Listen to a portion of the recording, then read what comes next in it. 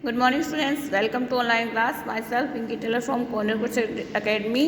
आज हम रीड कर रहे हैं चैप्टर नंबर 8 में लेट्स ट्राई 7। इससे बिफोर क्लास में हमने लेट्स ट्राई 6 है उसको सॉल्व किया था। हमने वाटर की 3 फॉर्म्स है उसके बारे में स्टडी किया था। ओके, तो आज हम स्टडी करेंगे let's try 7। Listen to your teacher as she reads out the given situation in the class. Neeta is boiling salty water in a saucepan when her son Amit. Neeta एक saucepan में salty water को क्या कर रही है, boiling कर रही है। when her son Amit, अपने सर अमित के लिए। ask her to help him with homework. वह अपने अमित को कह रही है कि मैं आपके होमवर्क में कोई हेल्प करूं। After some time Neeta return to kitchen to find the saucepan empty. कुछ समय बाद में नीता जब किचन में वापस गई to find the saucepan empty, तो उसने देखा कि जो सॉसपैन है वह खाली हो गया है।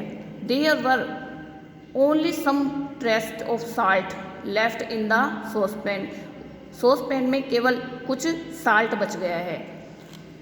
Now discuss these questions with your teacher.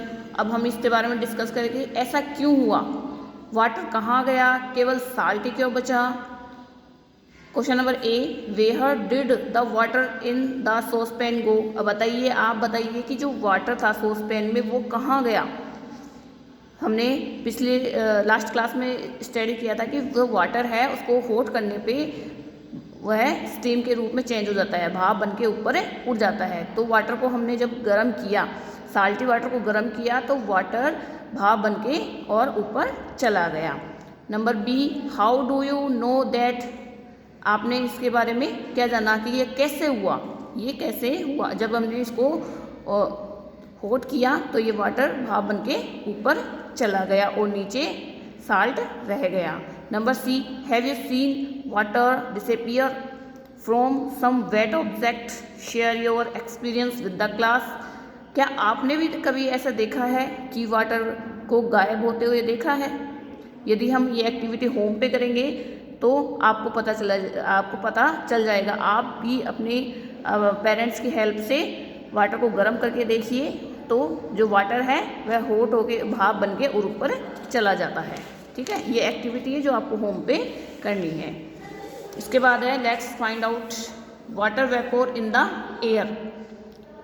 On being heated water in the saucepan change into water vapour which gets observed the air and can not be seen. On being heats यानी गर्म करने पे water in the saucepan change into water vapour.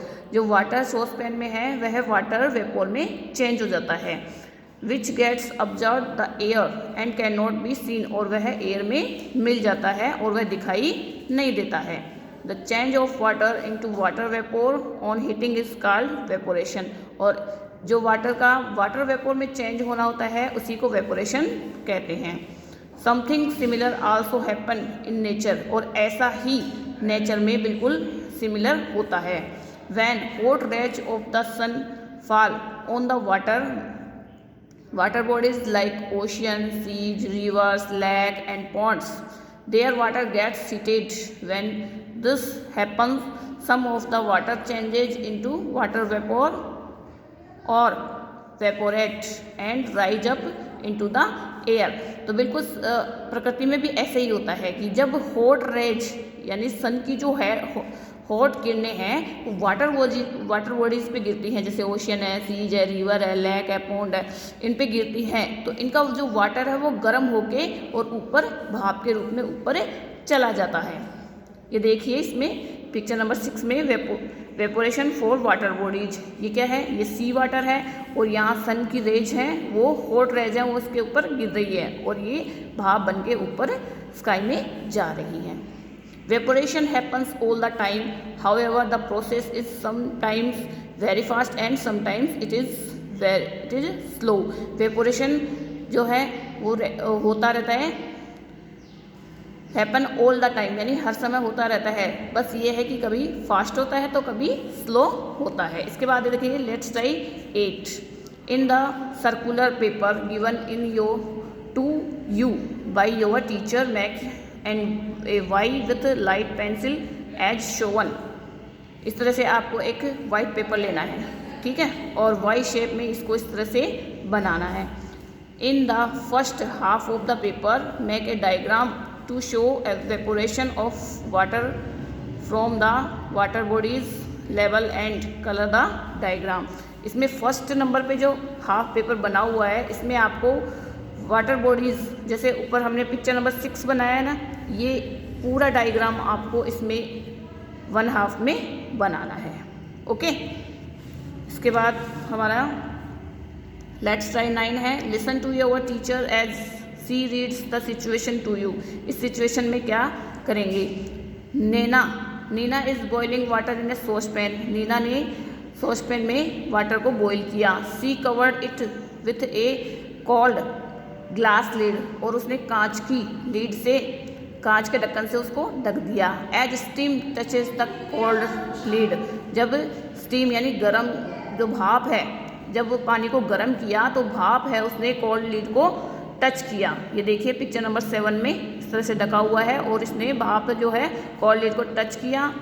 Tiny drops of water being to appear on it, जो tiny drops हैं वो appear कहाँ गई? Slowly यानी धीरे धीरे।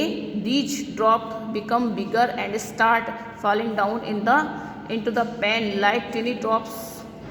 पिक्चर नंबर 7 देखो क्या हुआ कि ड्रॉप्स जो है वो पेन के ऊपर जमा हो गई और वो बिग होती गई, यानी बड़ी होती हो गई और वापस पेन के अंदर ही आकर गिरने लग गई। पिक्चर नंबर 7 में देख सकते हैं आप, water drops formed on the lead के ऊपर आई हैं और वापस ठंडी ये बिग होके और वापस पेन के अंदर ही जा रही है। Now discuss these question with the class. Why did the water drops appear on the lead? Why did the water droplet appear the तो ड्रॉपलेट वो कैसे बनी?